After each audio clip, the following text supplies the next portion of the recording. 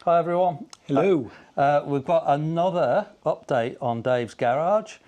So yeah, how long ago was it? Was it 12 months or? I don't think it's quite 12 months, but it's probably back in the winter. Yeah. So a few things have happened and a few things have changed, but not huge amounts, but a little bit. Yeah. We also, neither of us had looked at the old video, so we might end up repeating ourselves a little bit, mightn't we? But there's been some good things and some bad things. Yeah, and some additions. And some additions. And some impending additions we can talk about as well. Yeah, absolutely. The Gentleman's Express, we'll explain that in a minute or in a bit. Yep, all right, so take it away, Dave. Okay, so where to start? Let's start with the two Bonnies. Yeah, so my Bonnies, my Brit bikes in general, don't give me too much grief. I keep on top of them, but for some reason, all four this summer decided to have a little bit of a episode, all pretty much around the same time, within a fortnight. So I had no bikes running and no time to fix them. So the T140, which I need a bit of wood, touch wood, is my most reliable bike, rarely gives problems. Kept breaking chain tensioners, primary chain tensioners. For those of you not familiar with a Triumph chain case, and why would you be? The chain runs, and on the bottom run is a kind of leaf spring type effect that just arches and takes the slack out of the chain. And it kept breaking them, and in the end I worked out that basically the primary chain was just worn, so the tensioner was trying to take too much of an arc. Oh, so the chain itself was worn. Yeah. And I've modified this to the later externally adjustable primary chain tension, which Meriden bought in for the last year of production. Did they do belt? Never did belt. I had a belt drive on this and it snapped for no apparent reason, and other people have suffered the same fate. Yeah. So I've got a belt drive on my Commando. I'm not anti-belt drive, but I won't put one on these, whether it was running too hot or I don't know. And it's not easy on one of these because you've got to run them dry. Yes. And running a Triumph Twin dry isn't easy in the dry because the breather goes through it. So you've got to make alternative breather arrangements. So I reverted to chain on it. Anyway, so that's now sorted. And what I am disappointed about is weekend before last, just gone, so a week ago, Lowton Park Hill Climb, which is our local hill climb venue, had a bike only event. Oh yeah. And I wanted to enter this because I reckon up a hill, like, you know, half a mile hill or 3/4 of a mile, and it's quite a twisty circuit. Yeah, this would be ideal. This would be perfect with the brakes it's got and the snap coming out of the turns, you know. So what happened? I was just busy. I was just busy. I was away, family stuff. So, but we did the Hereford on the Edge, and we did. I rode this down there, and then Stuart rode it. Yeah. And it performed. Because Stu couldn't get his aerial leader working. That's right. It needed a few bits. The only thing I noticed when I was editing it is this twister, it came off 1/2 inch. Yeah, and you know what that was from? Really, really hot weather. Oh, right, yeah. And doing that. Yeah. But the hot weather has just melted all the grip glues. I've had about 3 bikes with the grips just coming loose. Yeah. So yeah, that's not a bad list of faults, is it? Because we did about, I guess from here out to Herefordshire and back, we probably did 300 miles. Oh yeah. Easy. So that went well. That's fixed. This lovely thing. What went wrong with this? Oh yeah, so I over the winter I had leaking pushrod seals, and I knew they would leak when I rebuilt it because they were over compressed. Basically, you've got little O-rings that seal the pushrod tubes, top and bottom, external pushrod tubes. There's some footage in the old video if you were really that bored. And these need to be compressed about 30%. And that's with the adjustable... So because the head is... What people did back in the day was when they got a leaking head gasket or something, they'd skim the head. But what that would do would put more and more pressure on these because you'd basically increase the gap that needed to be compressed on these without changing the pushrod tubes, which aren't easy. They're not adjustable as standard, they're just steel tubes. And so I bought some quite expensive adjustable pushrod tubes, and if you come down here, Mike, you can see in all their glory these are now alloy, and you have a spanner that fits in there. We did this in the last video actually. We did, a spanner that fits there, and a castellated spanner that fits in there, and you adjust the what's called the pushrod squish, which is basically the compression, and they are now dry as a bone. That bike has not been cleaned since we did 300 miles around Herefordshire. Wow.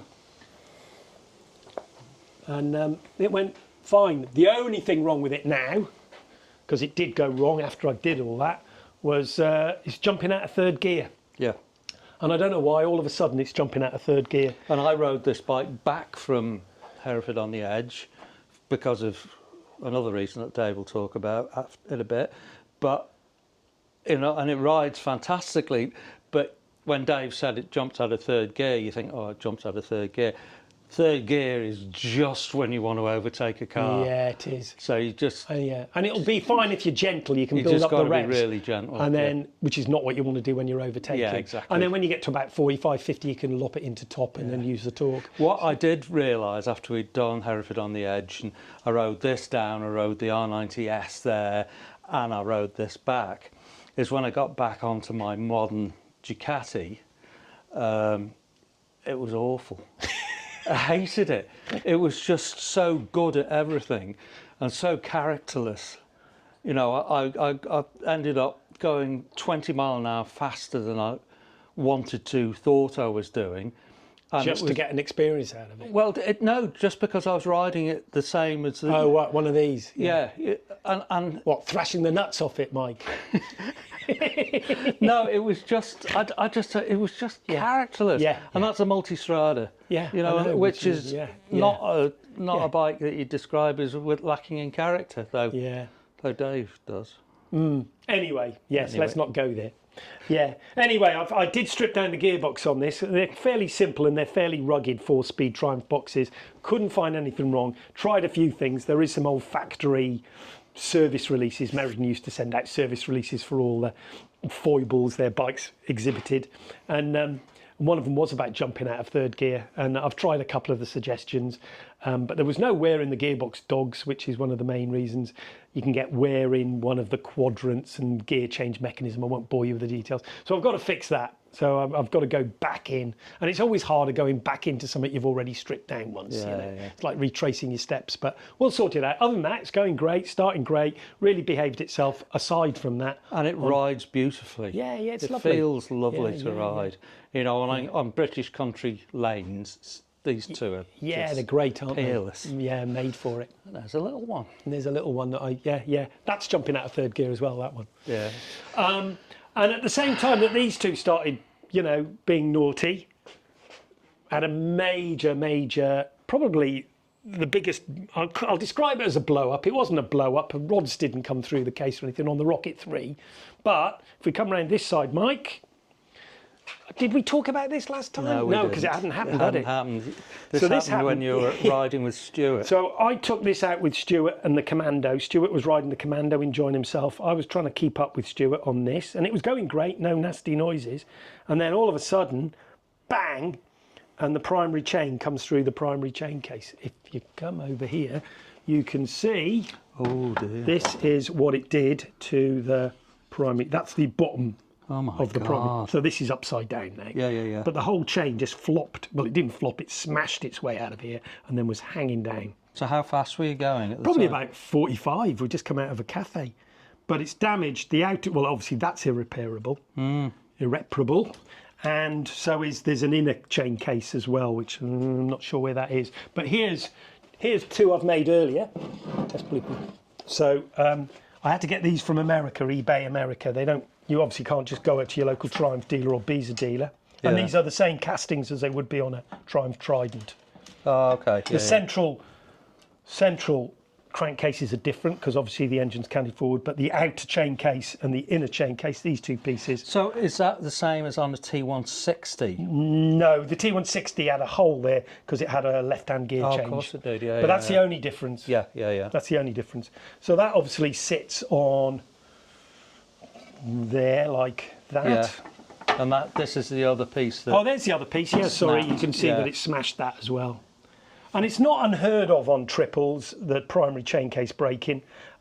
Before anyone asks who does know about Beazer triples and Triumph triples, yes, I had checked the alignment of the sprocket. So you've got obviously the engine sprocket here, then goes to drive this, which is the shock absorber outboard of the clutch. Oh, right, yeah. And it's really important that those two are aligned that way. You know, probably not as important as Triumph made out at the time, because the early Rocket 3s and Tridents did break primary chains. And they found out, they thought it was because they weren't aligned properly, and you get shims that fit behind here to line it all up. And I won't go into the process for measuring the offset or the alignment, but it's quite convoluted. There was a special factory tool for doing it, but there's ways of getting around that because obviously the factory tools aren't available. Triumph made a big thing about making sure they're all aligned. They eventually worked out it really wasn't to do with that.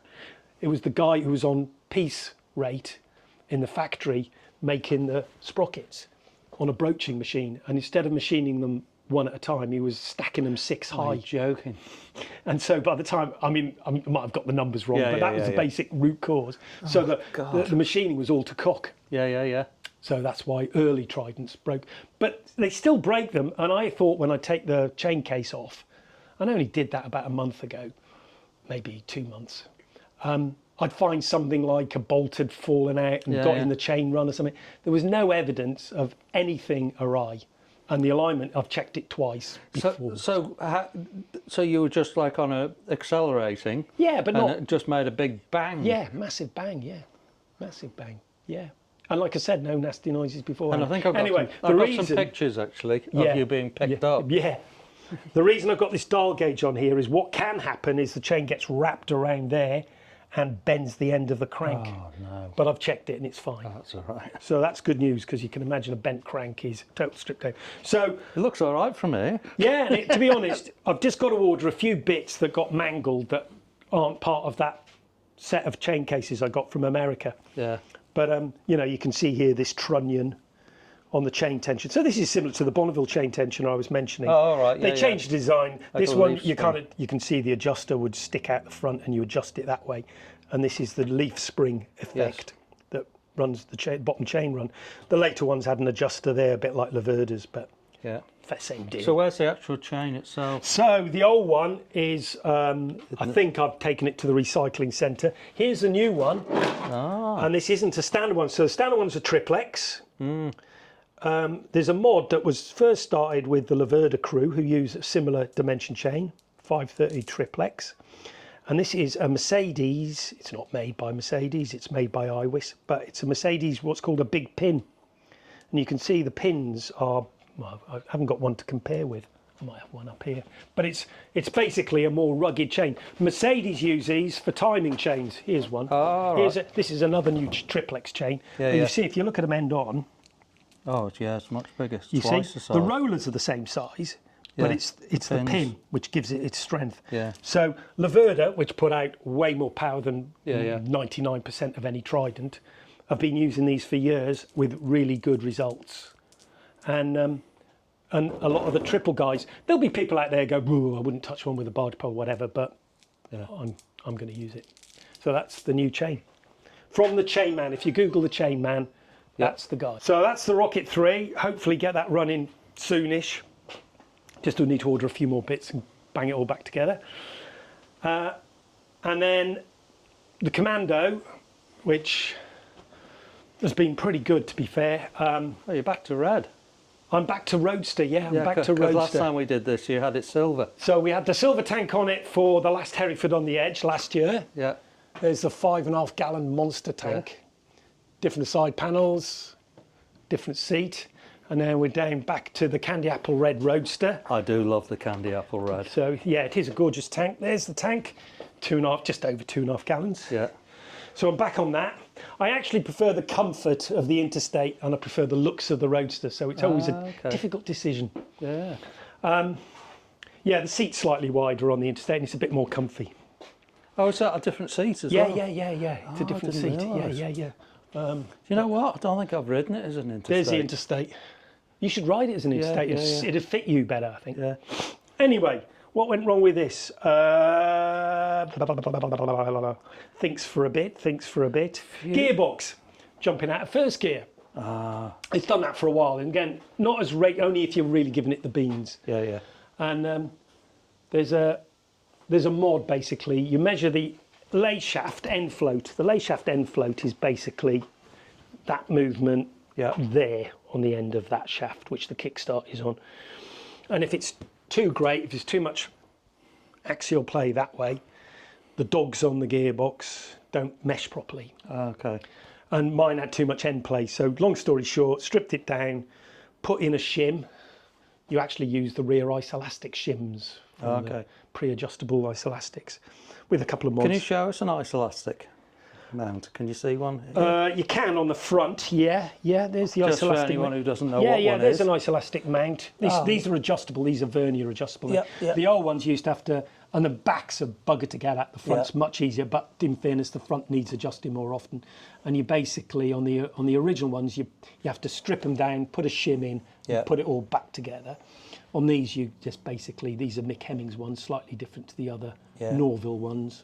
You basically just use a threaded adjuster to adjust the side-to-side play, so you have some side play. And that's the belt.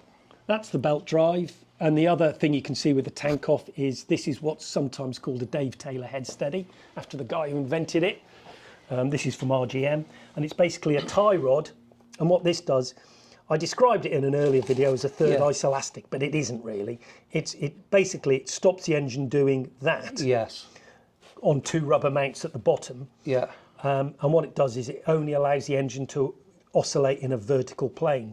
Which is what you want to do to get rid of the vibration. So, and what that does is tighten up the side-to-side play on the swinging arm, because obviously this is bolted to this, is bolted to the rear wheel. Yes. It's all one unit. So, do they standard have a head stay? They have, basically, you see these rubber mounts here that are used on the silencer mounts, these rubber donuts.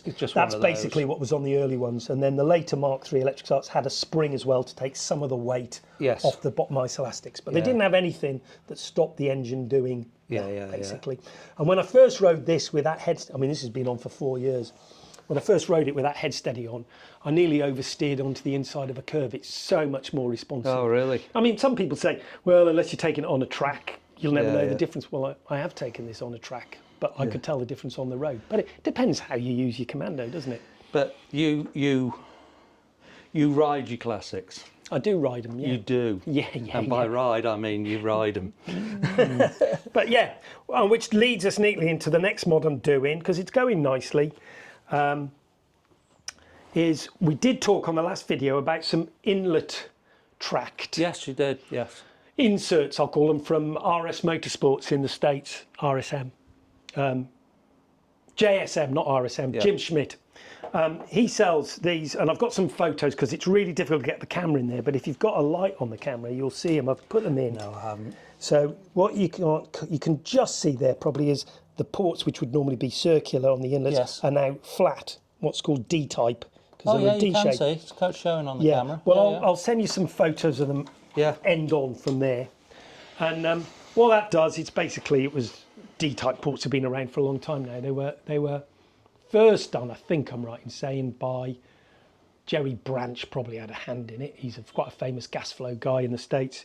On the Harley XR 750, they use D-type ports. And what it does, it basically speeds up. There's two things you want with an inlet port and an exhaust port, come to that, is you want volume of air going in, or gas going in, fuel air mixture, and you want velocity. And if you lose too much velocity, so if you make the ports too big, you get lots of volume going in, but you don't get any velocity.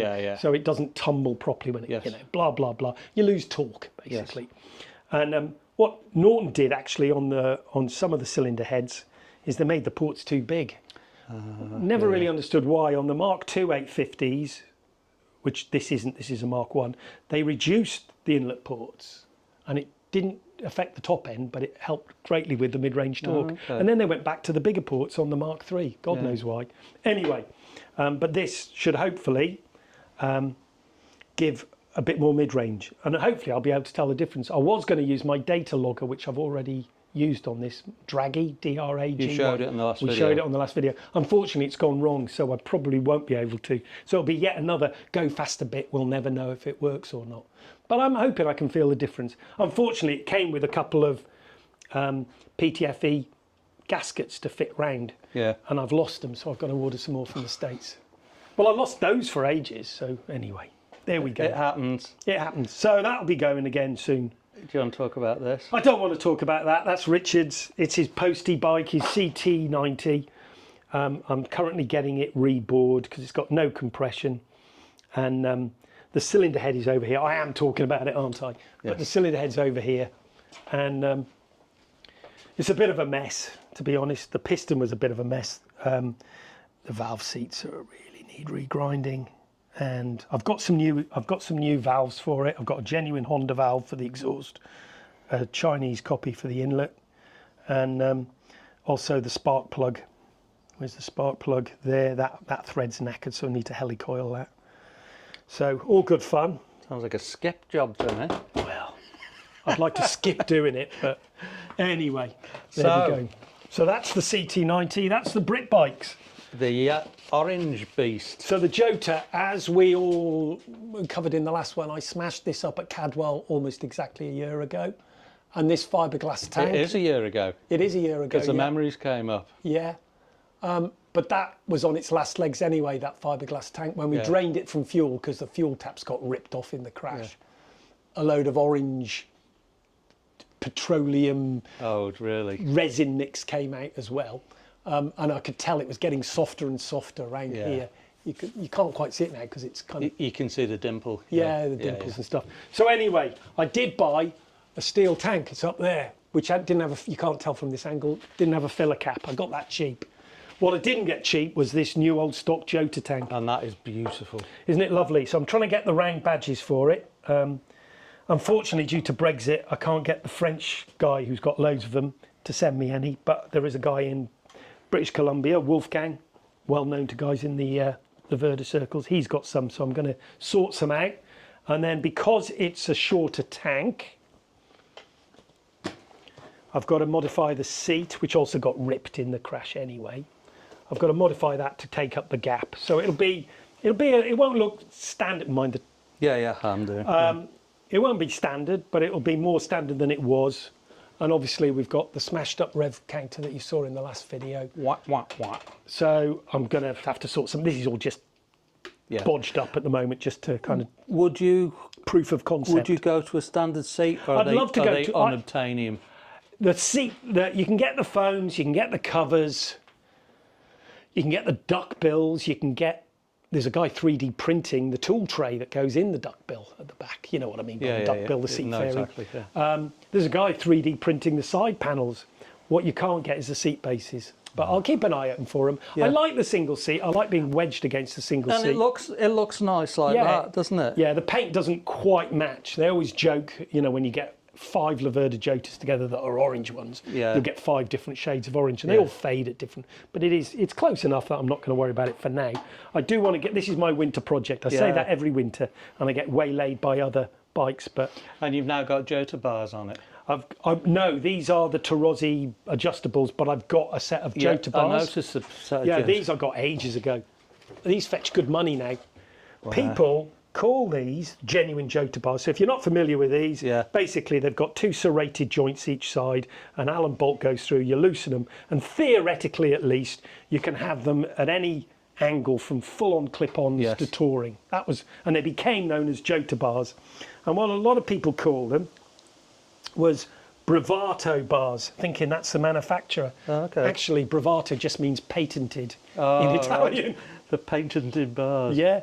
But they're clever. They're in reality, because of things like master cylinder noses and stuff, there's only a few positions. There's not as many as you'd think, but it's still a great idea. Yeah. And they're, like you say, an iconic Laverda piece. So I've had those ever since I've had Laverdas, and just been patiently waiting to be put back on.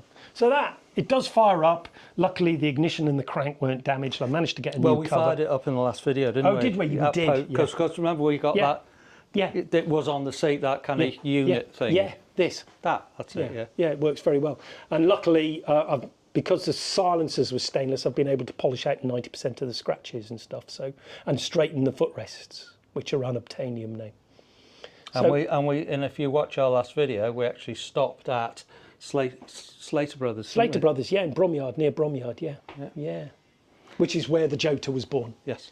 So that's the triples, that's the Brit bikes. That's the mini bike. That's the monkey bike.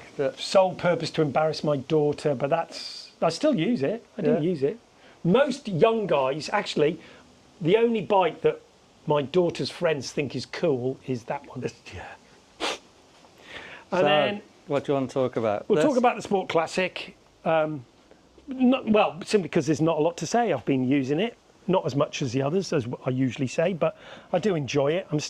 I always say to Mike, the reason I don't bond with this as much as maybe I should, and I am starting to bond with it, is A, I'm a Guzzi guy, not a Ducati guy, compared to Mike, and B, I never feel like I'm a good enough rider to get the best out of it. You know, it's a beautifully light bike, it's on Olin suspension and very high-end Showa forks. They were good handling bikes as standard, stymied by crap suspension. And the engine on this is it's lovely. Beautiful. Yeah, and it's light. We went out for a ride not long after I'd got my Multistrada, and I had a go on this, and I was really struggling on it. I don't even know why. Yeah. But you overtook me and said, let's swap back, because you could see how much I was... Yeah. Whereas I've ridden it so many times before. Yeah. But I am enjoying it. You know, it's a lovely thing. It is. It is a lovely thing. It's a lovely thing. And then the V11... hang on, this has got the Oz wheels, hasn't it? Yeah, the OZ racing wheels, forged aluminium wheels. Have you just said that? Yeah. You did, sorry. Yeah, no, it's all right. It's all right. The previous owner put all this stuff on it, the Termigs. That was all part of the Ducati performance, the ECU and that, and the light and flywheel, which I don't like. The wheels were something he put on, which are eye-wateringly expensive. I don't even know how much they are. Have you got the flywheel tool? Yeah. Because I've got one in my garage. No, I've got it. I've just never got round to doing it. Maybe I bought one. Yeah. I think I bought one. No, I lent you one. Yeah, but then I gave it back to you, and then I bought one. Here it is. The V11. The change... is the exhaust. Is the exhaust, and look at this. Look at that. What's that called, Mike? Lobster tail. Lobster tail. So this exhaust came with the bike. When I picked this bike up from the dealer, who frankly didn't know much about Guzzis, it had been in Japan. There is a video about this bike, isn't there? Yeah. It had been in Japan when it wasn't covered in bird crap.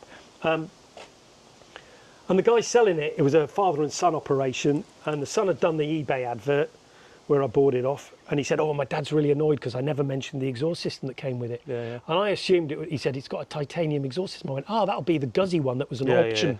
When they made them, the late V11s, there was an optional titanium silencer kit. And when he wheeled it out, when he bought out the exhaust system, it clearly wasn't the Guzzi one. It's by a company called Moto Guzzi, who are Italian. They make high-end titanium systems only, and they only seem to do them for Ducatis. I've never seen any other evidence they made them for Guzzi. But I have to say, when I put it on, A, it cut the weight by £20. Yeah. So that's 9 kilos. Yes. And B, it all fitted together absolutely beautifully. And the slip joint, and it sounds great. It's not too noisy. Have you got the keys?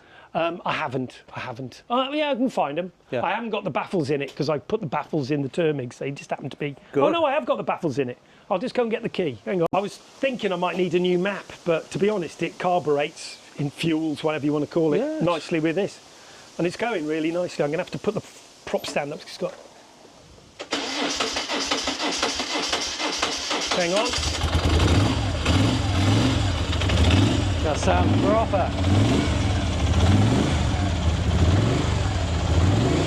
But it's not too loud. No, it's lovely.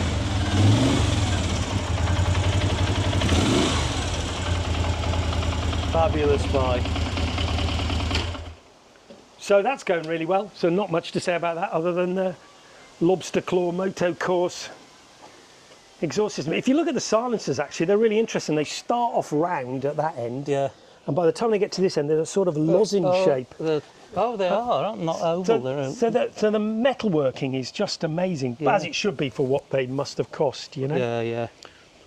It always takes ages to churn and start if it's been left for a couple of days. Yeah. And then if I go back, this is tomorrow, it'll just go straight up. It depends on who's watching. How many cameras are being pointed at it. Yeah. But it's great. I love it. It rides lovely, this. Yeah. And where's that BMW gone? Oh yeah. So for those of you who like my R90S, and I like mine R90S, I've swapped it with a bit of cash my way, quite a lot of cash my way, for a modern bike. So basically, the Sport Classic's 2007 and silly. It's only got a 15-litre tank. This is fine as a modern bike, but it's not most weather protection or anything.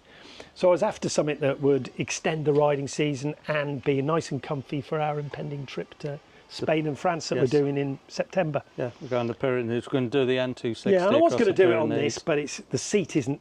It's Yeah. fine for a couple of hours. It's not an all-day seat, and so I was.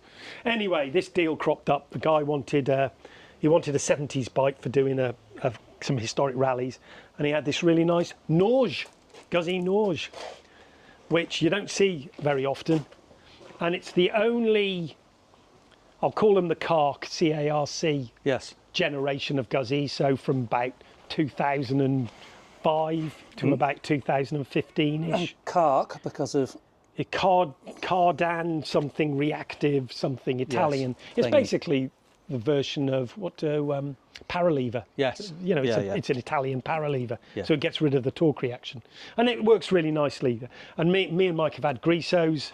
I've had a Griso. I've had a 1200 Sport, which is basically a dressed up Breva. Yeah. And I've had a Stelvio. So this is the only one I haven't had, along with the Breva. And this has got Breva clocks on it, hasn't it? Yeah, it's basically underneath all that really swoopy bodywork. It is an 8-valve Breva. So it's the 8-valve engine. It's been rollarized. Did they make an 8-valve Breva? No. So it's a No, Sport. they made a 1200 Breva and an 1100 Breva. Yeah. And that's it. But And in America, the Sport never got the 8-valve in America. Ah, okay. So this has got an Öhlins. I can't even see it. It's got an Öhlins, you won't see it behind all the panel work. It's got an Öhlins rear shock and a slightly dented Arrow silencer as opposed to the Stanway. But this also sounds nice. Yeah, and at the moment it's got gaffer tape all over here because I've just got the GPS module for the Aoki. Aoki, I don't know, sat nav. But that's going to be going to Spain and France. Mike's just had a go on it. It's lovely. I really, really liked it. It's absolutely a Moto Guzzi. Yeah. It's got that everything that my Ducati hasn't got. It's got let's be clear, your Ducati is a much better bike in terms of handling and performance. Speed, performance, it kicks this arse. Yeah. But I enjoy this more. That's. Have you been leaning this over? I have been leaning it over, yeah. There's not many chicken strips. Oh, well, sorry. Oh, no, I've just been busy with the sandpaper, Oh, right. obviously. So, yeah, it's comfy, it's fast. They're 102 horsepower at the brochure. It's more than enough for the road. Yeah, it's got electric screen. So I like it because I can ride with my helmet flipped back. In fact, the other day I rode it with an open face helmet. Yeah. And it was lovely. It's just fun. We'll see. We'll see long term, I don't think. I don't know. The only thing going against it is the weight. It's a heavy old bus. I call it the white hippo, but once you get going on it, you don't notice it so much. No. it's fine. Yeah. But it's that manoeuvring round. Yeah. And as we get older, Yeah. Well, you're getting older, Mike, aren't you? I know I'm struggling with my Ducati because it's hard. The multi-strider because it's quite high. Well, I knocked it over on Saturday. Well, you talk about knocking over. If you look here, there's this scar here which I forgot to talk about. Oh yeah. And that was me wheeling the Bonneville off the centre stand and saying to myself at the time, don't nudge the Guzzi, because the Guzzi was on a maintenance stand that I've got that's sort of like a paddock stand type arrangement, fits on there, because it doesn't have much of an over-centre action. Sure enough, I nudged this in slow motion fell over, fell into the Ducati, and the Ducati fell into the R90S. Could have been horrendous. In the end, the only damage was that and that. A cracked screen, which I'm trying to get replaced. Is that replaceable? No, I got one from a Belgian dealer that turned out to be for the wrong bike. Okay. And there's a little crack here as well, which you can Yeah. hardly notice. Annoying, but could have been so much worse. Yeah. The Ducati was fine. Luckily, the crash bung Yeah. went against the cylinder on the R90S. If the paint on the R90S had got scratched, it would have been Heartbreaking. heartbreaking. So that's all we got to talk about. I did hint, because not a huge amount of updates, but a few, is there'll be a new bike arriving. And one of the reasons I sold the R90S, as much as I loved it and admired it, and I did, beautifully engineered bike, is my brother, not Rich, who you know from the Lemon Drizzle gang, but our older brother, Andrew, is gifting me, for reasons I won't bore you with. It's because I'm a great guy, basically, isn't it, Mike? It is. Yes. He's gifting me an R80 monolever BM which isn't as collectible as the R90S and isn't as iconic, but he's fixing it up for me. It was Richard's bike originally. Richard got given it. And in case you're wondering, no, we don't usually get given bikes. Well, Richard got given an AJS pretty much. He did, yeah. It's a Richard gets given bikes. Yeah, not Richard you gets and given I don't get anything. No, ever. But it's happened. Andrew's gifting me the BM. Yes, that's true. But he's fixing it up. It's turned into a long project. So thanks, Andrew. That's supposedly maybe going to arrive tail end of the summer. And what are you calling it? The Gentleman's Express. It's a gentleman's bike. And there are some, frankly, god-awful airhead customs out there. And it was an RT. It's been stripped. Richard stripped it of all the bodywork. But I have got a plan for it, which involves... Well, I'll put some pictures up of it as well. Sieben Rock big bore kit. So this is something I bought for Andrew when it was Andrew's bike. And he said, actually, I'm going to give you the bike so you can keep the Sieben Rock kit. So that's the beautifully engineered 1000cc kit. It's not quite as straightforward. It's not a drop-in kit. So if you want to fit one of these to an 800, Sieben Rock will sell you exactly the same kit, but around the circumference of the piston, it'll have a little step in it to stop the piston hitting the head, the smaller head, and creating a squish band. Not that it's a particularly good squish band, and not that BMW were particularly good at squish bands. What I'm going to do is I've got a pair of 1000cc heads to fit on it. They're coming from eBay Germany. And I've got some other stuff to Are you going to get those flowed, or? I'm not going to get them flowed, but I am going to bolt on these, which I got. Ah, 34. Which are 38mm Del Auto. 38mm. So these are the same carbs pretty much as you would have on an R90S. Yes. And those with the 1000cc barrels and the 1000cc big valve heads should give it a bit of poke. There's a few other bits and pieces I'm doing to it, but And good handling. and some nice handling, yeah, with the mono lever, which should handle better. With a new shock on it, or a newish shock. Newish Hagen shock on it. So anyway, we'll do a one-off video on that, but that Michael posts some pictures in the video of where it's progressing to, but Andrew's been really busy on the paintwork on it, which was all damaged. And there's also possibility of a 650 SV. We'll see, yeah, I'm not sure. Yeah, possibly. Andrew's got an SV 650 Suzuki, kind of classic 90s, noughties. What they called? Curvy. Curvy. I was going to say twisty. Bendy, twisty, floppy. Twisty, shaky. Curvy SV 650. Possibly, that'll be for track days. But it's all a matter of space or space at various garages or whatever. We'll see. We'll see. Yeah, yeah. But we'll update on those when they arrive. So I'm not. It's no ticking clock on those. Cool. All right. Well, there we go. Thank you very much for that. Okay. I'm sure we'll do another one in 12 months. And yeah. Well, we'll also be doing the trip to. I'm sure you'll do some I'll video. do a little bit. I'm not going to. I might do the similar that I did with the Hereford on the Edge. Just fly on the wall video stuff. Fly on the wall, because I don't want to ruin it for myself. Yeah, no. And you also don't want to see people overtaking you on a Ducati when I'm on a Norge and me just showing you the way. Yeah. It's not a good look, is it? And Russell's taking a Harley, so we'll see how that goes. Okay. Nice one. All right. All right, cheers everyone. Keep safe. And we'll see you next time. Cheers. Cheers.